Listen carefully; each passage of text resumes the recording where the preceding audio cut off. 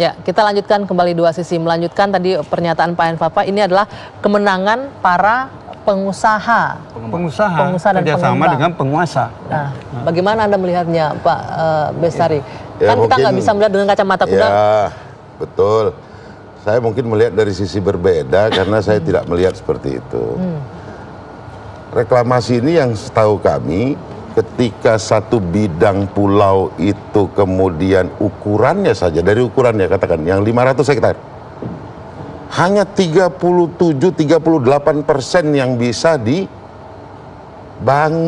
dan dikembangkan oleh mereka. Sisanya itu punya Pemprov DKI, HPL-nya punya DKI. Dan atas itu HGB-nya punya pengembang. HGB memang punya pengembang. Tetapi kan HPL-nya, luasan HPL ini katakanlah 100 hektar. Yang akan menjadi milik daripada pengembang hanya 37 hektar. Dan satu-satunya di atas lahan itu HGB. Apanya? Tidak boleh ada orang lain yang memiliki HGB. Apanya? Boleh. Si pengembang yang memiliki HGB itu. Pemprov DKI boleh membangun rumah susun masyarakat di situ. Ya. Boleh kemudian memberikan kepada nelayan. Ya. Dan kebutuhan hijau, biru, konservasi dan lain sebagainya. Dan satu hal lagi, atas ini kalau dibilang tadi cuman win-nya kepada pengusaha, saya agak kurang yakin. Karena kami sudah hitung waktu itu bareng sama Pak Ahok, Pak. 120 triliun cash DKI dapat. Lantas bagaimana? Yang mana pengusahanya yang dikatakan win sendiri? Ada pemasukan untuk Pemprov DKI, 120 triliun itu equal dengan 2 tahun anggaran DKI Jakarta. Bayang pun untuk apa itu coba? Ya, kalau saya ya cuma mengingatkan sebagai orang yang sudah berumur, sudah berbau tanah, ini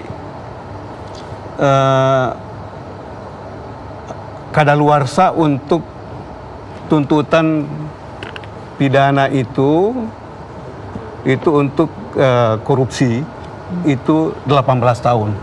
Oke. Jadi hati-hati saja.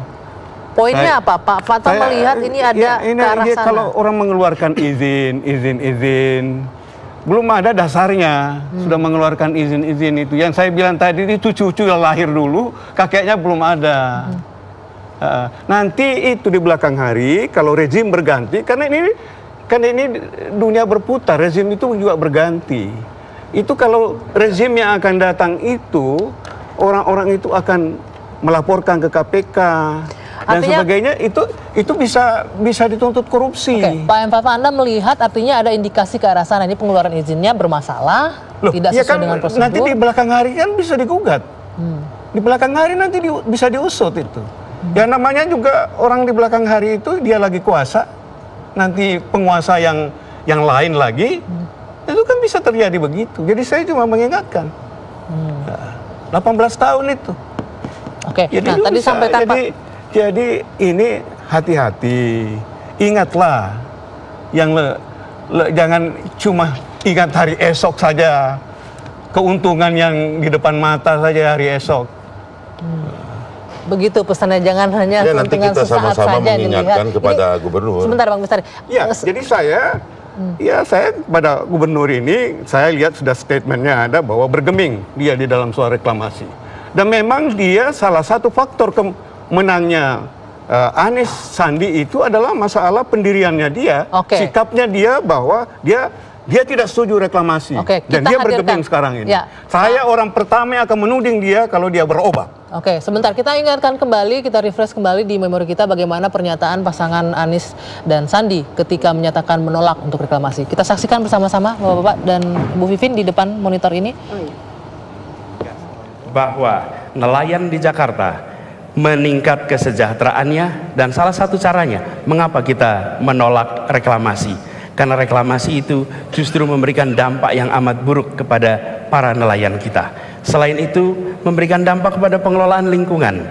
Kita tahu betapa ada 13 sungai yang mengalir ke Teluk Jakarta. Dan hadirnya reklamasi di sana, konsekuensinya pada kita semua yang ada di ruangan ini, banjir akan menjadi fenomena rutin bagi kita. Karena air yang mengalir justru dihadapkan dengan reklamasi.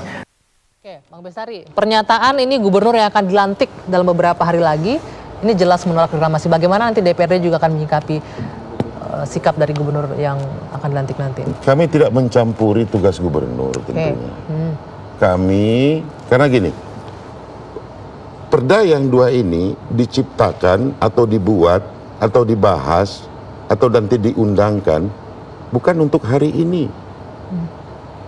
Mohon maaf nih, bukan untuk kebutuhan hari ini.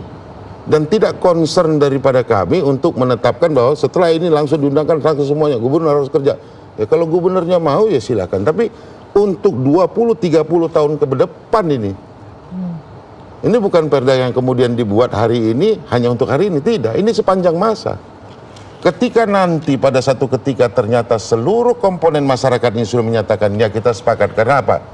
Karena sudah tidak mampu lagi DKI ini menampung laju pertumbuhan penduduk. Maka kita butuhkan itu sebagai satu kompensasi terhadap Sebentar.